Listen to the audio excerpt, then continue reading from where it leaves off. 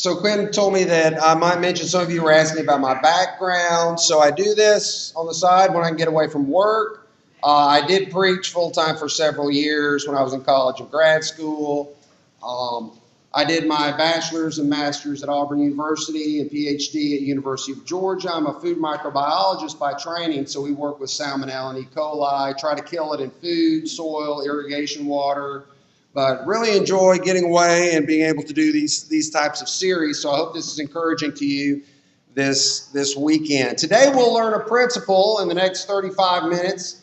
We'll learn a principle that will help you, I believe, answer over 90% of the evolutionary arguments that you hear as we contrast microevolution to macroevolution. But we have to remember, as I said earlier this weekend, that we're not trying to simply win arguments.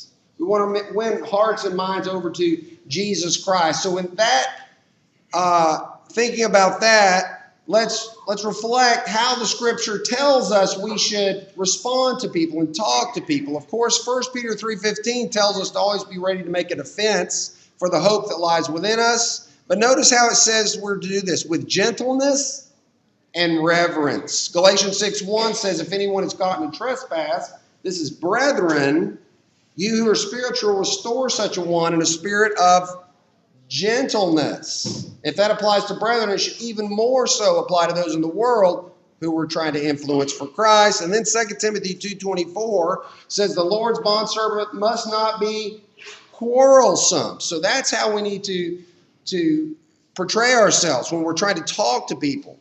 But be kind to all, able to teach, patient when wronged, with gentleness, correcting those who are in opposition, if perhaps God may grant them repentance, leading to the knowledge of the truth. Well, what we'll learn in this lesson is really animals can change within their own kind, which we call microevolution, but not outside their kinds, macroevolution. Let's reflect again. Well, what is this idea of macroevolution, or as it's taught in the schools, Neo-Darwinism? Neo-Darwinism has two mechanisms. The first one is random mutations or errors in the DNA or genetic code. They say this produces better fit mutant species who are able to outcompete their competitors, the wild type, and that's called natural selection. So the mutants leave more offspring and they continue to evolve. Now, this idea of macroevolution is not new, but it's been a strongly held philosophical conviction for thousands of years. We call it an a priori philosophy. That means it came before the experiments, as opposed to how science is supposed to work, that we pointed out last night, a posteriori, from the latter. You're only supposed to arrive at the conclusions after you run the experiments, but macroevolution is really cheating. Before running the experiments, they conclude that evolution occurred, and it's never been proven, as we've shown last night. Now, macroevolution was believed thousands of years before it was scientifically tested. How do we know this? Well, paleontologist H.F. Osborn from Harvard said, from the earliest stages of Greek thought, man has been eager to discover some natural cause of evolution. Why? To abandon the idea of supernatural intervention.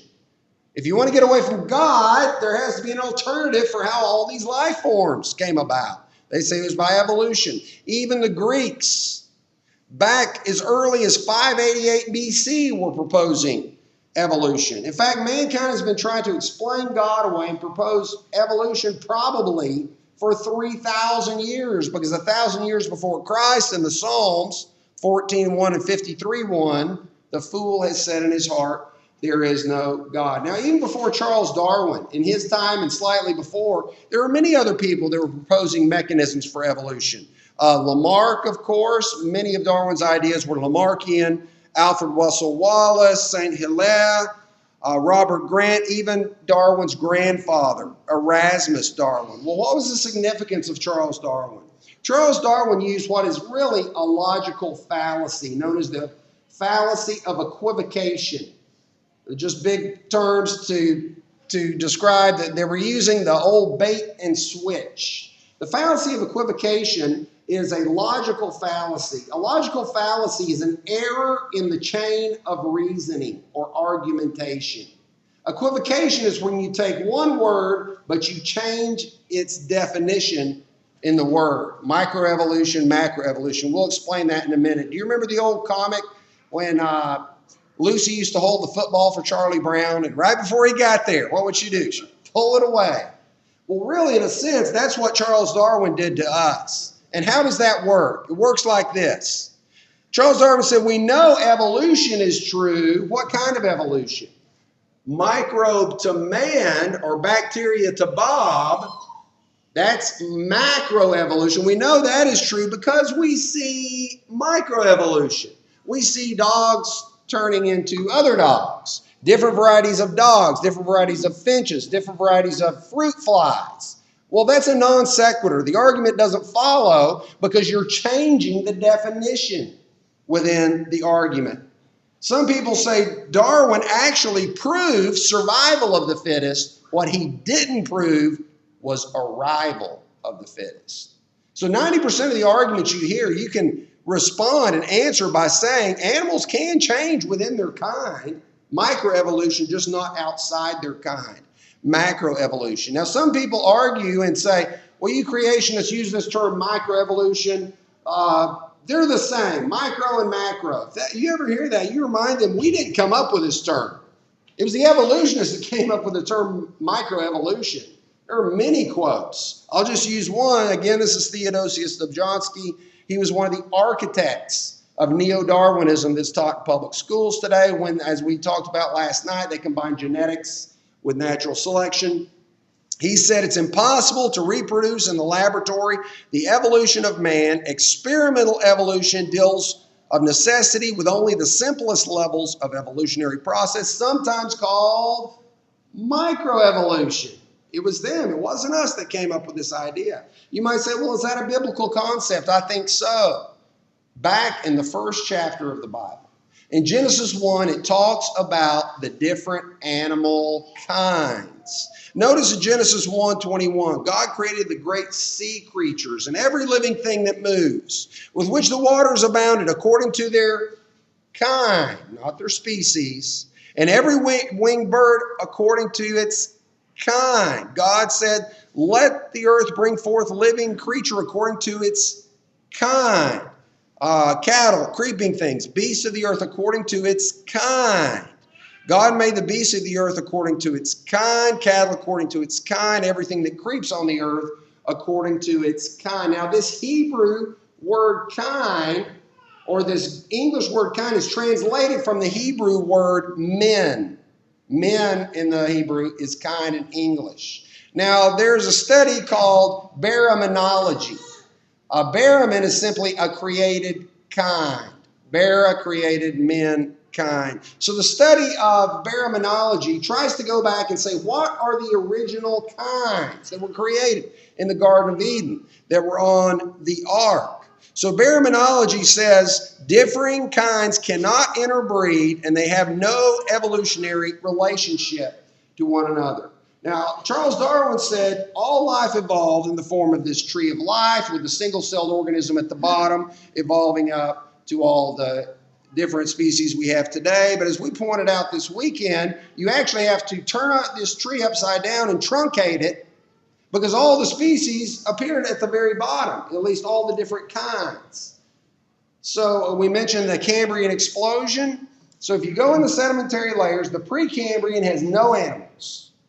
But as soon as you get to the Cambrian layer, there's an explosion and boom, they all appear. Where did they come from without any transitions before then? Well, some creationists describe it as a forest of life rather than a tree of life. Each of these different trees on the bottom represent a different kind. But notice that each of these trees branch out at the top. And so those are different varieties of dogs, different varieties of finches, fruit flies, pigeons. But over time, do you see more or less? No, we're seeing less. In fact, up to 32,000 a year are becoming extinct. different species. So let's use an example here to try to explain this. There's over 1,300 varieties of roses, but were all these in the Garden of Eden? No, they weren't. We know they weren't because man has selected for these, different colors, different sizes, disease resistance. So it's not bacteria to Bob or microbe to man, it's only varieties, microevolution. What about this example? Here are 6 species of canids, from the coyote all the way down to the domesticated dog. Were all these on the ark? Were all these in the garden? Probably not. Why? Because they can all interbreed. They may have all come. Creation scientists and secular scientists believe that they all came from a common ancestor, maybe a wolf-like ancestor. And to show you they can interbreed, here is a coyote breeding with a wolf, produces a coy wolf. You might say, well, there's such a great distinction here. It's hard to believe they all came from the same original ancestor. Well, let me ask you, if you think there's a great distinction there, what do you think about these two animals? Is there a great distinction there, the Chihuahua and the Great Dane? Yes, much more different. But we know they're not different kinds. In the 16th century, we only had a handful of dogs. And today we have 360 recognized breeds. But in school, they're going to teach you, see, that's evolution. You have the little dog and the big dog. No, that's only microevolution. Furthermore, what does it take for evolution to occur? Natural selection. The mutant species, and no one would deny the Chihuahua is a mutant species. We've had Chihuahuas in our family for years, so we love them, but they definitely have problems. What would happen if you released the Chihuahua into the Arctic? It would make a quick snack for an Arctic wolf, wouldn't it? Natural selection would get rid of it. Same with the Great Dane. He couldn't survive. It doesn't have the hunting capabilities. Unless you doubt the Chihuahua came from the wolf, you've probably never been around Chihuahuas. We've had them in our family since 1980, and they definitely descended from the wolf. What about the lion and the tiger? Both of them could have came from an original progenitor. Now, in some Garden of Eden pictures for children, you have the tiger and the lion in the garden, but that's not necessary to be true because they may have come from an original ancestor. They can both interbreed. Depending on which is the male, it produces either a liger or a tigon. But the point is they've lost much of the genetic material from the original. Now, when you breed these, it actually produces the largest cat known to man today.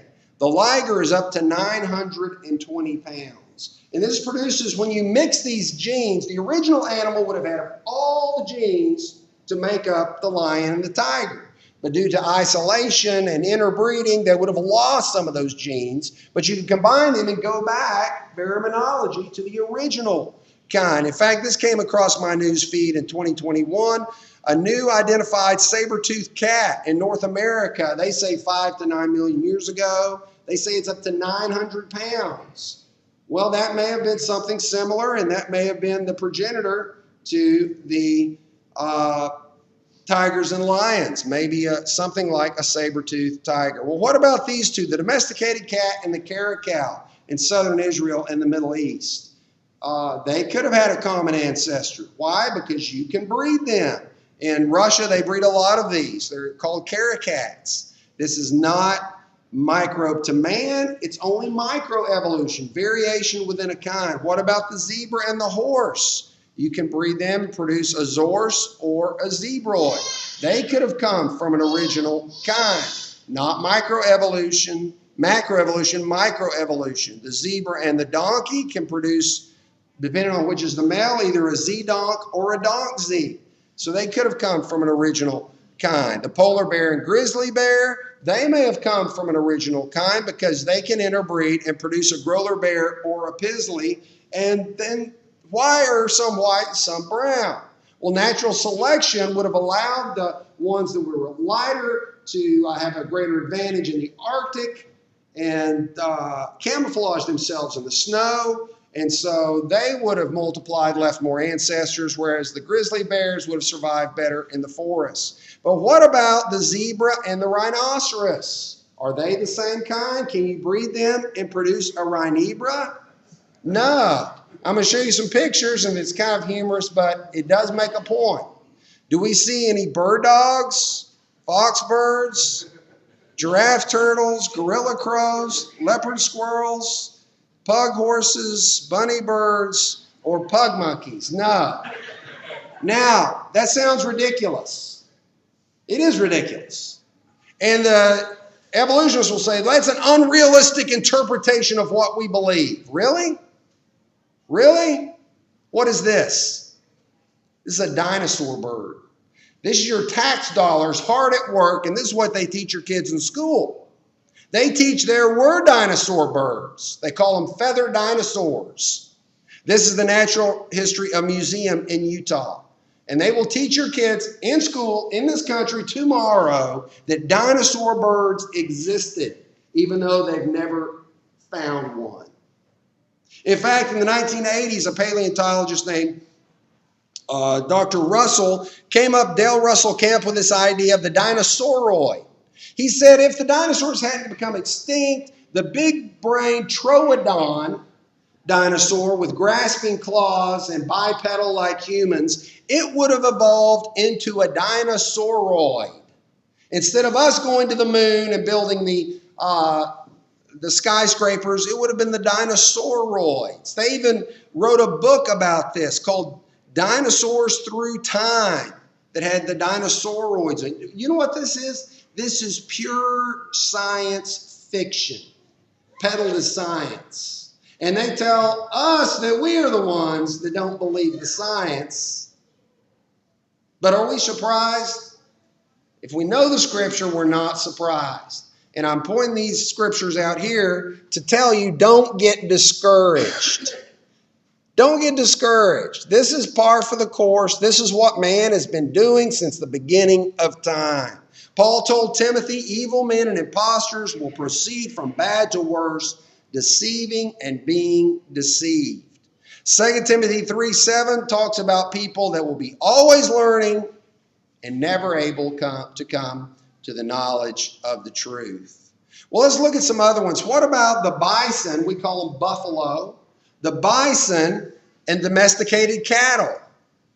Could they have come from an original kind? Yes, because you can interbreed them and it creates a beefalo. So this is not macroevolution, it's microevolution. In fact, there's 14 members of the cattle kind. We don't know for sure, we can't say with certainty, but baraminologists study this and think they could have come from an original kind because they can interbreed. These are the American bison, domesticated cattle, the musk ox, the Cape buffalo, and I showed this picture so many times. We hunt on a lot of Amish and Mennonite farms, and sometimes we see these big bulls. After a while, I noticed that one of these bulls, its face looked just like this. It's because maybe they came from the same kind. I was looking at a big Holstein bull that kind of looked like this one day. So they may have been an original kind in the Garden of Eden. This is the auroch. It's extinct. The last female died in 1627. But from the auroch came all the domesticated cattle today, all 800 different varieties. The wild yak, and just to show you they can interbreed, you can breed a yak with domesticated cattle and produce yaddle. You can breed a yak with a bison or a buffalo and produce yakalo. There is the Asian banting, the Southeast Asian gray ox, the Indian bison, and the European bison, which is similar, but you can tell, even though there are differences, that they may have come from the same kind. The wild water buffalo, the Mandora dwarf buffalo, Indonesian lowland anoa, Indonesian mountain anoa. Now let's go back to this auroch from which all domesticated cattle came from. Now you couldn't take any one of these cattle breeds and breed back to an auroch, because the auroch has all the genes that were divided and selected into the 800 breeds. But what could you do? You could select for different qualities and try to breed back into the original to mix the original genes. Maybe you cross a Hereford with a Angus, with a Shorthorn, with a Santa Gertrudis, etc. Well, this is exactly what a Dutch backbreeding project did when they tried to go back to the original auroch. I'll let you decide if they did a good job or not on that. But the point is that there were original kinds, but through microevolution, it created the different varieties. Now, I like this next example. This is the camel and the llama. Now, evolutionary teaching says that these have been separated 7,500 miles across the world, separated for 11 to 25 million years. But they also teach, due to geographical isolation and inbreeding, they should no longer be able to breed anymore after 25 million years. But guess what? They can still breed and produce a comma. Do you know what that tells us? These have not been separated from 11 to 25 million years, have they? So that leads us back to Genesis 1:24. God said, let the earth bring forth a living creature according to its species, right? No, according to its kind. You can speciate or divide into various varieties within the kind, but you can't produce any other kinds. Can't produce any dinosaur birds, as you're taught in school. A finch will always be a finch, a snake, a turtle, a bat, a rat, a cat, a dog, a pig, a monkey, and a man. You will never have microbe to man. You will only have variation within the kind. So what have we learned so far? First of all, we've learned that the fixity of animal kinds disproves Neo-Darwinian evolution. Number two, animals can change within their kind. Remember this, microevolution. You got to remember that when your teacher starts talking about the different varieties of dogs. And so that proves that you evolved from a bacterium. No, it's only variation within the kind. So finally, I threw in some frequently asked questions here. Here are 4 frequently asked questions that I have heard over the years. Number 1, how did Noah fit all those animals into the ark? Well, let's go back to Genesis 6. In Genesis 6 and verse 14, it gives the dimensions for the ark. Genesis 6:14, God tells Noah, make for yourself an ark of gopher wood. You shall make the ark with rooms and shall cover it inside and out with pitch. This is how you shall make it. Its length of the ark, 300 cubits. Now, how big is a cubit? Oftentimes we say 18 inches from the elbow to the tip of a man's arm, tip of the finger of a man's arm, 18 inches. The Egyptian cubit was actually 36 inches. So we really don't know how long it is. It could have been much bigger.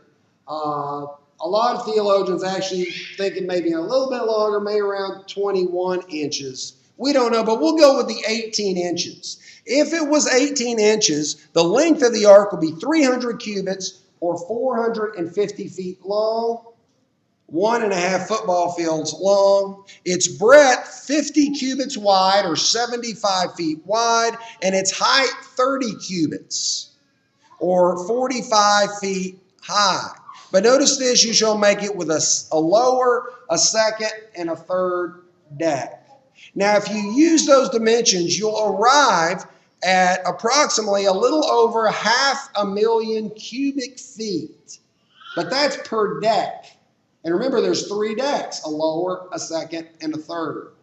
So that comes out to over 1.5 million cubic feet of space. How did he fit the animals in the ark? First of all, there was a lot of space. That space is equivalent to 627 freight carriers, 500 tractor trailers, or a line of trucks 117 football fields long. So first of all, there was a lot of room. Number 2, there was only approximately 1,400 animal kinds, and that's actually a high limit. Some creation scientists believe it was much lower, maybe even less than 1,000 different kinds of animals. You might say, well, there's thousands of different species of animals in the world. Well, remember, if you go back, what were we teaching earlier? Go back to the original kinds. There weren't 800 different varieties of cattle. There may have only been 1 original cattle kind. Many different types of animals may have originated from an original kind. Someone might say, well, there's hundreds of different types of dinosaurs. Actually, Baraminology teaches there may have only been 60 or less different kinds of dinosaurs. Here's an illustration. Here's 11 different dinosaurs. This is actually an infraorder of related dinosaurs called Ceratopsia. But of all these 11 different varieties of dinosaurs, they're very similar, therefore they may have come from an original kind. And they just divided out based on what we call genetic plasticity. Or all the genes in there could have segregated and been naturally selected in the wild. The original may have been one with the most genetic variation, maybe this one in the middle, the Pachyrhinosaurus. It could have been the original, we don't know. But all that's to say, we didn't have to have hundreds of dinosaurs. There could have only been a few original kinds. Next, they could have taken juveniles or eggs. The largest dinosaur egg is only the size of a football. Also, the average size, usually when we think of dinosaurs, we think of something taller than this building. The average size of a dinosaur was only about the size of a sheep. The average size was about 100 pounds. In fact, there were some as small as chickens or lizards. So, how could he fit all those in there? There may have not been as many kinds, and there was lots of room. The second question, what do similarities in human and chimpanzee DNA indicate? This is cited a lot. You'll hear this in schools. And the number often you hear cited is about 99% similarity. We are 99% chimp. That's what they'll tell you in school. Well, in 2005, there was a special issue in the journal Nature.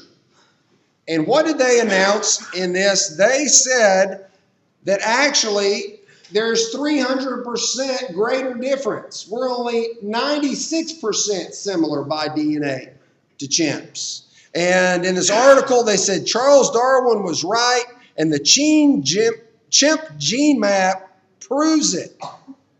Well, if we're 96% similar, that's still a lot of similarity. So we're still basically chimps, right? Well, remember, or maybe you don't know, there are 3 billion base pairs in the human genome. So 3 billion different codons. And so in science and biology, you learn that you have adenine, thymine, cytosine, and guanine. And you have those 4, and they're built into a language in the DNA. Now, in the DNA, there has to be, if there's 4% difference, we've got 3 billion base pairs. And if there's 4% difference between us and the chimps, that's actually 120 million differences. 120 million differences in our DNA. Is that not a big difference? Well, one codon difference codes for sickle cell anemia that's killing people all over the world. And they don't think 120 million is very different. Furthermore, they say that this evolutionary process took only about 300,000 generations, or 6 million years, for us to evolve from an ape or ape-like creature to man. And they say, see, that's why we can't see evolution happening today, because it took so long, 6 million years, 300,000 generations. Well, what if we picked a different type of creature, different type of organism that has a shorter generation time, that reproduces much more quickly than humans? What about the fruit fly? It reproduces every 7 to 10 days. Or what about the bacterium? There's some bacteria, such as Clostridium perfringens, that can reproduce, its generation time is every 6 minutes. We could speed up that process, couldn't we?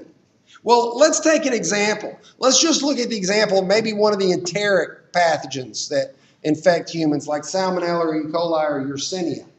Their generation time often is about 20 minutes.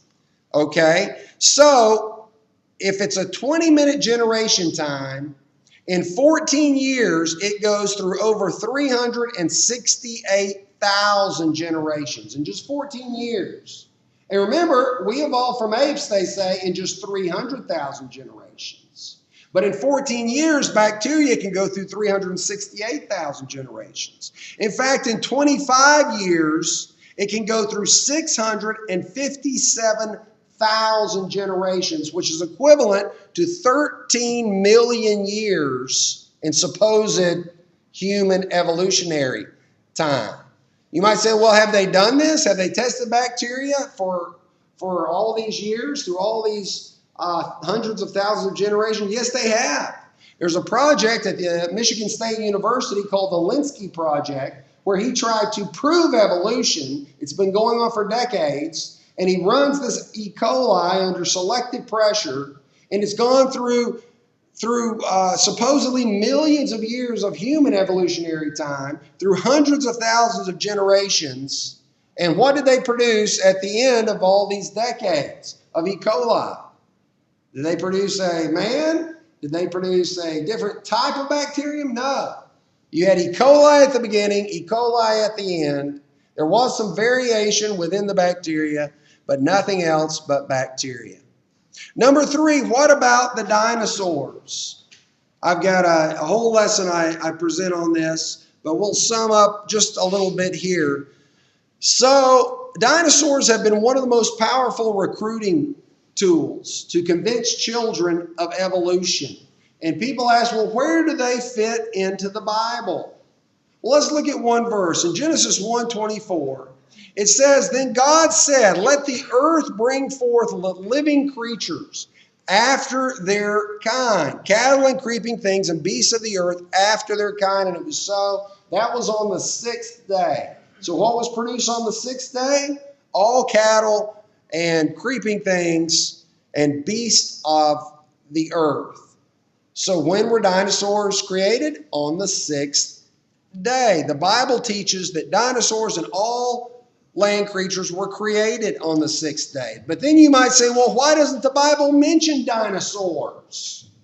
Well, the answer is actually pretty obvious.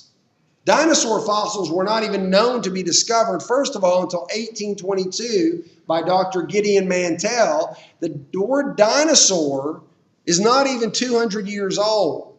It was not even invented until 1841 by Richard Owen. I would suggest to you that dinosaurs in human history could have possibly previously been known by the name dragon. Because you have to grapple with this question. Why do hundreds of cultures in the world all have dinosaur legends? Now, when you see dinosaurs, you see probably these pictures through cultures all throughout the world. You see some added imagination, the fire, breathing fire, the wings. But what happens when you remove that imagination? What do the dinosaurs look like? Well, obviously, everyone knows dinosaurs look like dragons, look like dinosaurs. Here are some of the cultures around the world that have dragon legends.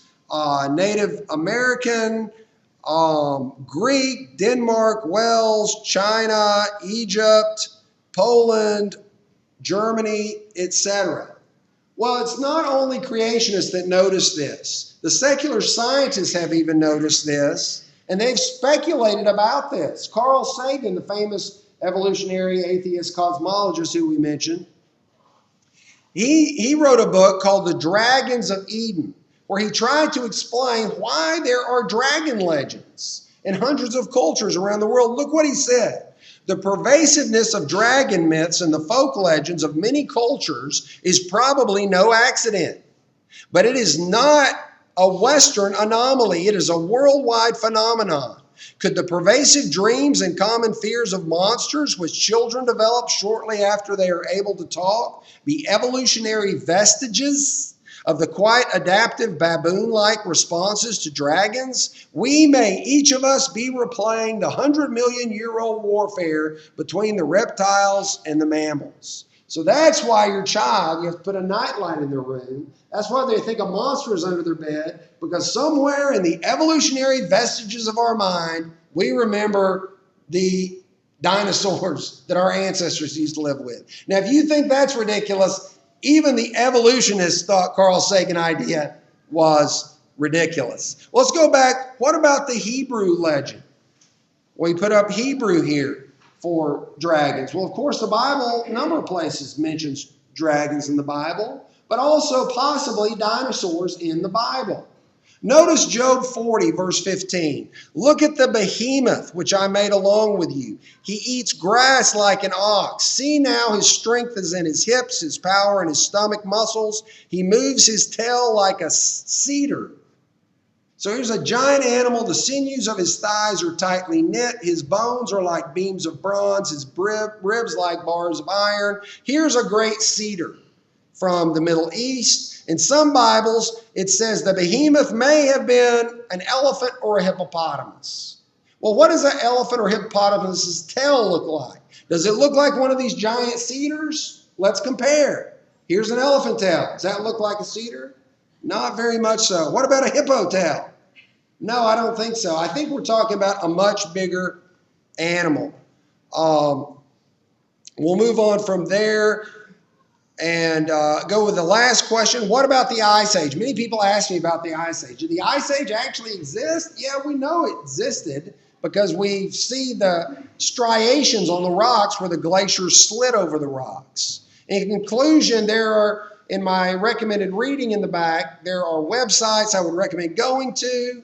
You can ask me questions or write me after I leave, but you can get many answers from these websites. If you go to creation.com and do a search, there are many experts in various fields, have their respective doctorates in geology, genetics, biology, etc. If you do a search for Ice Age on this website, you'll come up with over 60 articles, videos, and podcasts. Well, how did the Ice Age occur? Well, when the waters were warmed up, when the great fountains of the deep opened during the flood, the lava flowed out. The water may have been heated up to over 70 degrees worldwide average temperature. This would have created great amount of evaporation and great amount of snow falling at the poles, plus the 10,000 volcanoes, inactive now that could have been active then, could have created ash throughout and blocked out the sunlight, and it could have created cold environment. There seems to be a reference to this in the ancient book of Job, the oldest book in the Bible. Notice what Job said. Out of whose womb came the ice and the frost of the heavens? The waters are hidden like a stone and the deep is frozen. Where do we know in the Middle East now where the waters are frozen like a stone?